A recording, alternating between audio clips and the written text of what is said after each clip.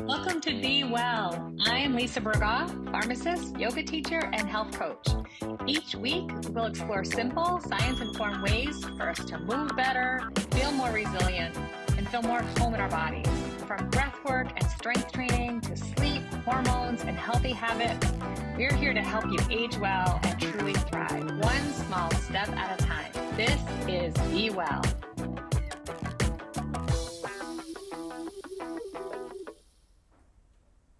Hi, it's Lisa Burgaw, and this is Be Well. Welcome.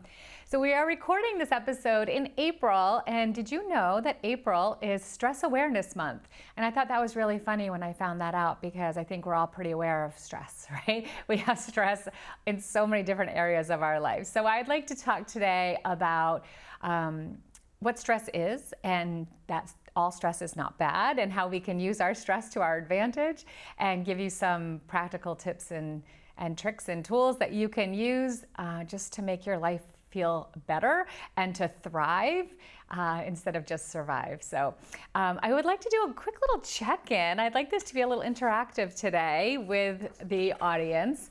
So just a quick little check-in on your stress. And just take a moment, if you're able to close your eyes. So if you're driving while you're listening to this, please wait till later. But if you are able to close your eyes, just close your eyes and just take a breath and drop in and ask yourself, on a scale of 1 to 10, what is your stress level right now? So 0 or 1, really low stress level. 10, you're feeling really overwhelmed. So first, just the level of stress that you're experiencing right now. And then the second question is, on a scale of 1 to 10, what is your energy like? Are you feeling really sluggish, which would be like a 1? Are you feeling really energized, which is like a 9, 10, really good energy? And then the last question I'd like to ask about this scale of 1 to 10 is your sleep quality. So thinking back on the last few nights of your sleep, the last week, the last month, how has your sleep been? On a scale of 1 to 10, 1, I'm not sleeping at all, I'm tossing and turning. 10, I'm getting great sleep, 7, 8 hours or more, and uninterrupted sleep. And if you are there, I am very happy for you. And also, do you feel like you're energized by your stress, or do you feel like you're being drained by your stress? So those are just a couple things to contemplate. And you don't have to have perfect answers for any of this. And then also identifying what are your stress patterns and what's kind of creating your stress. Where do you feel the most stressed? Is that at work, or maybe family and caregiving? Maybe that's your health, or your schedule, feeling like you're under pressure for time, there's not enough hours in the day, or are there other things that are creating stress for you now? And I also just want to remind you that this is a show that is really just for informational purposes. So if you're really experiencing really significant stress, anxiety, depression, please seek professional help. And I really do recommend that you do seek professional help if you're experiencing any kind of things that you're really uncomfortable with, because there's help out there. And then also, the next question would be, how does stress show up for you? So does it show up as tension in your shoulders, in your neck, your shoulders crept up into your ears, and are you really shallowly breathing? Are you having trouble sleeping? How's your digestion? Do you feel irritable, or like you have brain fog and can't remember anything? Do you feel fatigued or anxious, or any other symptoms that show up for you when you're experiencing stress? And the last question for this just beginning section is, what does your stress versus recovery balance look like? So are you able to take time to recover from your stress? If you're feeling a stressful situation, are you able to stop and pause and respond instead of like react and just spiral and make it worse? And when do you feel the most calm during your day? And when do you feel the most overwhelmed during your day? So those are just a few things to contemplate, and we're going to touch base on all of those different topics and also create maybe some short, really simple daily habits or routines that might help you to manage your stress better. I don't like to call any of these practices like stress reduction or becoming stress-free. I like to use the term resilience because stress actually can be good and it can really help us to grow. There's a term called hormesis, which is actually being exposed to small levels of stress that makes us thrive, that makes us flourish. Like when you're exercising, if you challenge yourself and you lift heavier weights, or you walk a little bit faster and you challenge your heart rate and you stay within your comfort zone, you push your level of effort out to the edges of your comfort zone, that's where you start to grow. That's where you see changes. When we try things that are challenging or difficult, that's where we start to really thrive and to grow. So I have a daily routine. I have a very strong morning routine. I'm working on my nighttime routine still, and I talk about that probably every episode. I'm getting better. And again, it's progression over perfection, and I encourage you to stay on that path with me. So, but one thing I do is, the first thing I do when I get in the shower is I crank the cold water on. And I know it's recommended to do this at the end of your shower, but I do this at the beginning of my shower. I turn the hot water on, and then I crank it all the way down to cold water, and I stand in that cold water for as long as I can handle it. And I get my head wet, and I get my face wet, and I get my back wet, and I sometimes just shake it off and maybe sometimes put out a little bit of a scream, depending if anybody is sleeping in the house. I try not to scream out loud. And there's a few reasons that I do that. So cold therapy, there's a lot of information about cold therapy. Cold therapy can help with our cardiovascular system, and it can help with our stress response. It can help stimulate our vagal tone. And I'm going to talk more about vagal tone in a few moments. Also, it's doing something that's really unpleasant that shows that I can get through it. I can get through hard things. And I started with it first thing in the morning so that I know I can get through anything else that day is going to bring at me. It's going to probably be better than that cold blast in the water. So a lot of people that know I have this morning habit, they're like, I don't know how you do that. But that's just one of my things I do. Doing hard things helps us to become stronger. So do you have any little things that you like to do to just challenge yourself first thing in the morning? Another challenge first thing in the morning is to not get on your phone, because that can be a big source of stress, right? So let's just talk a little bit more about healthy stress and I'll say unhealthy stress or distress. So there's different terms. I mentioned hormesis. So hormesis is creating some stress in the body or in an environment or in a situation that is tolerable and that you can get through, that's going to allow you to grow. If we just do what's easy all the time, we never grow. And actually that could get really boring. If we're perfect at everything, that would just be really boring. I like to say I'm a recovering perfectionist because it allows me to be a little messy and to try new things. And then I really learn a lot and I try new things. So I've given myself permission to not be perfect, and I'm really working on that. So healthy stress is when we have a stressor, we have some sort of a situation that's come up and we need to respond to it. And our body has this amazing built-in technology. We've got all these we've got neurotransmitters and hormones and nervous pathways, the brain, different parts of the brain, different parts of our body.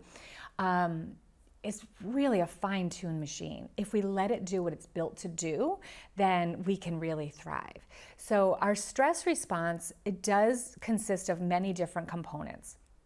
And I'm just I don't want to get too sciencey in this episode, but just to give a quick overview of a typical healthy stress response. So you have something that's come up, it could be a near miss, like you almost got sideswiped and you're like, oh my gosh. And how can you make that, your body calm down after? Your heart's racing and your brain is racing and you're shaking and you're trembling. So how can you calm yourself down so you can continue to drive and drive safely? Or, somebody was rude to you and it really flared. It really made you get really upset. And then you're ruminating on it. And instead of just letting it go, if you can, or processing it and responding and moving on, you ruminate it for maybe days. So when we practice these stress response techniques, it can help us. We're going to still respond because we're human beings, right? We're still going to get irritated. We're still going to get stressed, but we can respond and maybe shrink that response time from days of stewing over something to maybe an hour or a couple hours or maybe just a few breaths. So it just gives us some tools that make us feel better and faster, so we get a faster recovery time. So healthy stress, again, your body will, when it's exposed to a stressor, it will release neurotransmitters and hormones. And the one that most people know is the cortisol. And poor cortisol gets blamed for everything, right? Oh, my cortisol levels are too high. My cortisol levels are too high. And I heard somebody recently, I think it was it was an ad for something saying, this can bring your cortisol levels down to zero. You do not want your cortisol levels down to zero. That is adrenal fatigue, and that's another problem. And that can happen with excessive stress. So we want our cortisol to be released in appropriate amounts. So what happens, your cortisol levels come out, helps our body respond to those stressors, and then it levels back out. So when cortisol is released in a healthy response, it allows our blood vessels to dilate, and it releases sugar into our bloodstream so it can go to our muscles so we can run away from whatever that stressor was. Because back in the day, we would run away from saber-toothed tigers or whatever the dangers were. Our brain hasn't evolved. Parts of our brain haven't evolved from those cave times, right? So letting our brain know that it's not like a real life threatening danger is a big, big tool. Just knowing, okay, yes, I'm safe, it can change things. If you are in a really life-threatening situation, you want to be able to mobilize, you want to be able to run. And so other things shut down. It shunts the blood to your stomach. Your digestion slows down because you don't need to be digesting your lunch if you need to be running away from, say, there's a fire or whatever danger is truly around. So our eyes get a little bit more acute. We can see better. We can move better. We can, breathe and run and go and get out of danger's way. And then once you're out of danger's way, things start to shut down. There's a negative feedback loop. It tells the brain, okay, danger averted. We're all safe now. And then your brain's like, okay. And it tells that cortisol level to your adrenal glands to stop producing so much cortisol, and then things balance back out. Unfortunately, in our culture, in our Western society, we tend to keep that stress response on. We're on the go, and we're really not as prone, maybe, to bring that stress level down. We need to practice, and we need to instate different habits, perhaps, to help us to maintain that balance. And I know we usually like to use balance, but if you think about a scale where you've got, the stress and you've got the relaxation, if we're too relaxed, we don't get anything done. If we're too stressed out, we don't get anything done. We're just like in this frenetic state. So we'd like to find some harmony between those two systems. So if our cortisol levels are elevated for too long, if our stress response is turned on for too long and it doesn't get to recover, this is where we see long-term sequelae or long-term effects like obesity or type 2 diabetes, cardiovascular disease, even Alzheimer's disease, strokes, insomnia, autoimmune conditions can also be worsened or brought on from excessive stress, anxiety, depression, and burnout, and sometimes full overwhelm. So overwhelm is when you really just can't even function. You can't get anything done because you're truly overwhelmed. So we'd love to not get to that state, right? If you do find yourself in that state, if you do find yourself depressed or anxious, please seek professional help. You don't have to do this alone. So again, we've got these beautiful built-in mechanisms where our body, our brain, our muscles, our nervous system, they all work together to help us to get out of harm's way and then to get to safety and then to relax. So if you've ever seen an animal, like I always think about cats, right? Because cats could be walking along and all of a sudden something spooks them and they jump and then they run away. And then the next thing you know, they're sitting down and they're giving themselves a bath and they're totally chill. They don't think about it. They don't ruminate about it. Like if that happened to us, say, something scared us, or someone was rude to us, or someone sideswiped us, whatever, you might think about that for hours or days, and then you make up a whole story about it. They meant to do that. They said this. They were thinking that. They, whatever. And then you ruminate about it, and you think about it, and then you get more and more stressed out about it, and then you lose sleep over it. An exercise I like to do is to take those experiences and sit down and write them down. Write down the whole story, all the drama, all the story, and then put it aside for a moment to go do something else. Come back and cross out anything in that story that's not a fact. What was, really just, I made it up in my head. I made too much out of that. Oh, that didn't really happen. That was something that I just kind of imagined, or that could have happened, but it didn't really happen. And then just go back to what actually happened and say, okay, actually I am safe. The danger has passed. All is well. And I'm going to leave that behind, and then burn that paper or bury it and just get rid of it. So cortisol can be very helpful. Our other neurotransmitters that help us with stress can be very, very helpful. One system, it's a branch of systems, part of our nervous system that's really helpful with creating that balance, that keeping that scale kind of balanced out, is our autonomic nervous system. So your autonomic nervous system is like the automatic nervous system. Your body can breathe, your body digests food, it grows your fingernails, it grows your eyelashes, your hair. You can't make that happen. You can't make your heart beat. It just happens because we have this beautiful autonomic nervous system. So your autonomic nervous system is like a complement to your central nervous system. Your central nervous system is your brain and your spinal column. Your spinal cord.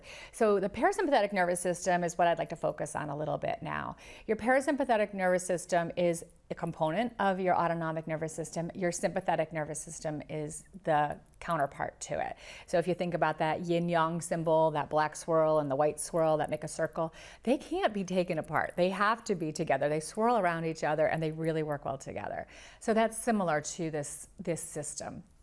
Your sympathetic nervous system is the stress response, the go, go, go, the fight or flight, fight, flight, freeze. They keep adding more. Fight, flight, freeze, fawn, fold. All ways that when used appropriately, when dosed appropriately, I like to say, because I'm a pharmacist, when you have the minimum dose, minimum effective dose, you get enough to get through the stressor and then it's done. That is wonderful. It's when it's out of alignment that we get distressed. So healthy stress, the term is actually called eustress, E-U-S-T-R-E-S-S, and distress, which most people don't know the term eustress, but we know distress, right? So that also says something. So we're going to try to look for some more eustress, some more healthy stress, and also the counterpart of calm and relax. The parasympathetic nervous system is the counterpart to the sympathetic nervous system, and that is our rest and digest, our calm and our connect nervous system. And again, they're not meant to be in a silo away from the other one. They actually work really, really well together. The parasympathetic nervous system, the main nerve associated with the parasympathetic nervous system you may have heard of is called the vagus nerve, or the vagal tone. Your vagus nerve is one of 12 cranial nerves. We have 12 cranial nerves. It's the 10th one. It's the largest one. And it actually innervates. It goes from your brain down your neck through your body, and it innervates all of your internal organs all the way down to the base of your pelvis. So it's involved with so many things: your heart rate, your breathing, your digestion, and everything in between. So when it's running smoothly, we can feel relaxed. After a stressful experience, we can calm ourselves down. The parasympathetic nervous system isn't just about calm. It's not just about slowing your heart rate down, but we can use it to bring that on if we need to. So the vagal nerve is so complex. It's very interesting. 80% of the response of these nerves are from the body to the brain. So it's your body sending messages to your brain. And then 20% of the responses in these nerve fibers are your brain responding to those signals. So if something doesn't feel right, like you have that feeling in your gut, something just doesn't feel right, that is that vagus nerve, your gut, telling your brain something's off. And a healthy GI system can help with that. We make 95% of our serotonin in our gut. However, it does stay in the gut, but what it does, those higher levels of serotonin, they signal to the vagus nerve to go to the brain, and the brain's like, oh wow, we've got enough serotonin being produced there, our gut's healthy, it's happy, and it'll signal to make more serotonin in the brain, which can also help our mood. So gut health can be affected with stress, heart, just feeling heavy in your heart, but also heart disease. Cardiovascular disease is definitely a big part of stress. You probably have all seen that, or somebody who you maybe love, maybe it's you, who a lot of stress has just put a little extra wear and tear on their heart. Because think about it, if your blood pressure is up all the time, it's putting the extra pressure on your blood vessels, and over time they just start to get tired and they start to get stiff, for just lack of a better term, just to make it simple. So the muscles just get tired in those blood vessels, and we want to keep the body running smoothly. I've mentioned this before, like my goal is to thrive and to prosper and to be as healthy as possible, as long as possible, to die as young as possible, but as late as possible. So hopefully these tools help you get there with me as well. So I was just explaining that system about the feedback loop. If you're interested in learning more about that, it's called the HPA axis, and it has to do with different glands in our brain communicating with the adrenal glands that are above our kidneys. So it's kind of interesting how it's all tied together. Our stress response isn't just the head, and it's not just the gut. It is everything in between, and it's such a beautiful system when it's working smoothly. So I'm hopefully going to give you some tips and tricks to keep it moving smoothly and becoming more resilient. So I mentioned earlier, I don't like to say stress reduction or stress-free, because that's really not always realistic. Sometimes we can't reduce the stress around us. It might be our workplace, it might be our family environment, it could just be a situation that we are in, and we just have to figure out how to get comfortable in that situation. And so becoming more resilient is really where the goal is. And that's where I like to say stress resilience as opposed to stress-free or stress reduction. And becoming more resilient, our brain is resilient. It's called neuroplasticity, where we can change our brain, we can change our nervous system, we can help it to thrive with simple exercises. One of the most simple exercises is your breath, and you have it with you all the time, and it's free. So if you were to breathe, just breathe naturally and see where you breathe to. Like notice, do you breathe into your collarbones? Are you breathing into your chest? Are you breathing low down into the bottom parts of your lungs so your belly moves?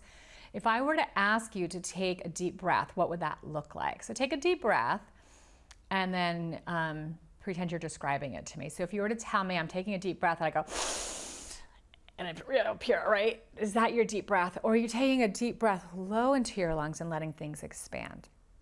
And I say that because most people, when they're told to take a deep breath, they breathe up high. And it's actually reverse breathing, because you're suctioning in your abdomen and you're breathing high into your collarbones. When we do that, we actually stimulate the sympathetic nervous system. We stimulate our stress response. If we breathe lower and we start to activate the diaphragm and pull the diaphragm down, then you can feel that expansion in your abdomen and your sides and your back. You're actually stimulating your parasympathetic nervous system, your rest and digest. And it can slow your heart rate, and it can lower your blood pressure, and you can just feel a sense of calm really easily, really quickly. So that's something that was really hard for me to learn to do. I thought I was deep breathing all the time, but I was always up here. My shoulders or my ears, my collarbones were where I took all my breath, and I was just really stressed out, and I talked like this. I didn't really know it, but I felt like that all the time. That is so, so stressful. We carry tension in our shoulders. So if you find you're walking around up here and you're really stressed out, try to relax your shoulders. Get a massage. I brought a couple tools, like these massage balls. I just love them so much. If my shoulders are tight, I'll come up to a wall and I'll just put it behind me and I'll just kind of roll out my shoulders. A really great one is to massage the base of your skull. So I'll take the balls and I'll put them, like usually I use a yoga block, but if you don't have a yoga block, you could use like a book or something and put them there and just massage along the base of your skull. So that's something that I really love to do.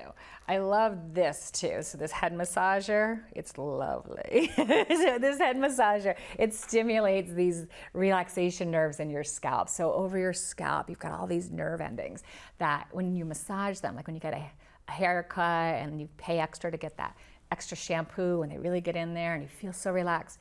So these are other tips and tricks. So your breath helps you, a little massage, a little relaxation through your neck and shoulders.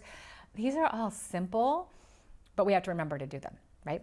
So the breathing, a slow, low breath, expanding the body, and then, and if you can incorporate a couple of these things together, it's magic. I would say try not to make any of these too challenging, too difficult, or even any real big effort.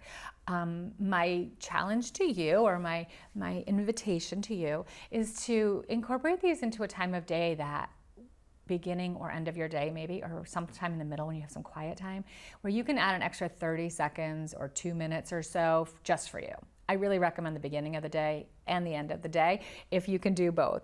So if you wake up in the morning, before you even get out of bed, place your hands over your heart. That's going to stimulate your vagus nerve as well, pressing into your heart just a little bit, just a gentle pressure. It's going to stimulate your vagus nerve. It's also going to help you to secrete another hormone that's called oxytocin. And oxytocin is your cuddle hormone, or the love hormone.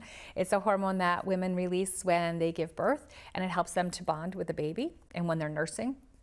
But we all have oxytocin all the time. We can stimulate that.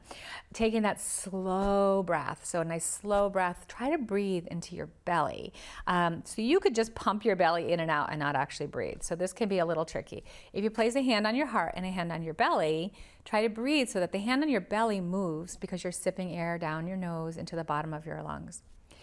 Another little trick is if you just say in your head the sound sa, S-A. So inhale in your head, say sa.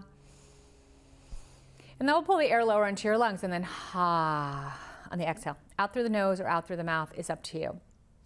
So saha breathing, belly breathing can be really helpful.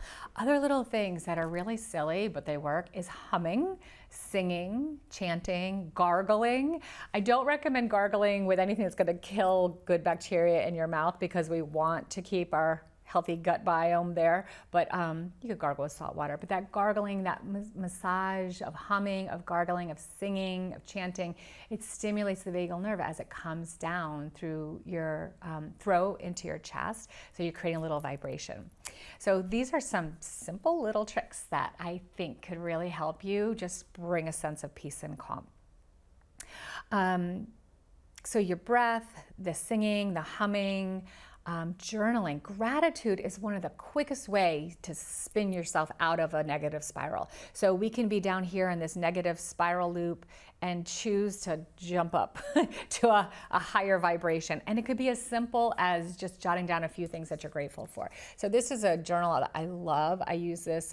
There's a morning and an evening section for each day. And you don't have to do it every day. I don't do it every day. But it's called a 3-minute positivity journal. And it's so great because it gives you some prompts. So there's a morning intention and evening reflection. And it asks you, how are you feeling today? I'm grateful for. And it just has 3 little lines to put down 3 things you're grateful for. And it has like different quotes and just inspiring things and a self-care check. So you don't have to think through it all. Creating these habits take anywhere from like 9 to 12 or 16 weeks to really sink in. So you want to start to use these habits, create these habits small and easy when you don't need them, so they become more natural when you do need them. So you're not scrambling around like, what did she say to do in that video? And you're going back to rewatch the video. Incorporate little tiny steps, little tiny habits that nourish you. Get good sleep. We've talked about that in several episodes, creating early time and late time before bed that's just for you, not letting the rest of the world in to take over your space. And just really checking in. If you're checking in and you're feeling you're in a stress state a lot, check in. What can you either take off your plate, delegate, give to somebody else, maybe hire someone to do something for you and contribute to somebody else's economy and help them out and give you a break. So there's just so many different things that you can do to minimize your stress. if you can't minimize your stress, to help you become more resilient in the face of your stress and to really thrive. I do love the image of thriving versus anxiety or stress. When we are stressed, when we're anxious, symptoms are what? You get sweaty palms, your heart races, you get butterflies in your stomach, you get kind of like buzzy, right? And when you're excited, what are those symptoms? You get sweaty palms, your heart races, you get butterflies in your stomach, you get a buzzy feeling. There's differences though. One's a low vibration excitement, one's a high vibration excitement, a positive excitement. So if you can even just flip from being in the anxious state to an excited state. So instead of saying, I have to do this, I get to do this. I'm not always there. Sometimes I just say, I am doing this and get out of the I have to state. But even the difference between anxiety and excitement or thriving state is your breath. When you're anxious, we tend to take shorter breaths, little shallow breaths. When we're excited about something, like, oh my gosh, I'm so excited, right? We take deeper, fuller breaths. Both of them have heightened arousal. The differences are our breath and how we respond to it, our mindset around it. So in anxiety, we have this like doom and gloom, this story of resistance, this dread, excitement. We're looking forward to something. And so if you can just tweak it a little bit, and it could be just as easy as changing your words, practicing mindset like gratitude practice, or repeating a mantra, positive present tense things. I'd like to end this episode today with a loving kindness meditation. And I'm going to invite you to say this to yourself. This is one of my favorite ways. I end class with this almost every time. And it's one of my favorite things. I do this every day. Giving yourself loving kindness and compassion can change your state immediately. Giving yourself compassion for what you're going through. So yes, things can be hard, and knowing that you've got tools that you can use. And do this first, offering this loving kindness to yourself, then send it out to the world. Send it out to somebody who else could use some loving kindness in their way, or out to the entire world in general, because I think we could all use some loving kindness in our way. So I'm going to invite you to join me. If you're able to, place your hands over your heart. Feel free to close your eyes. Take a slow breath in and a slow breath out. And say to yourself, may I be happy and peaceful. May I be healthy and strong. May I be free and safe. May I live with ease of well-being.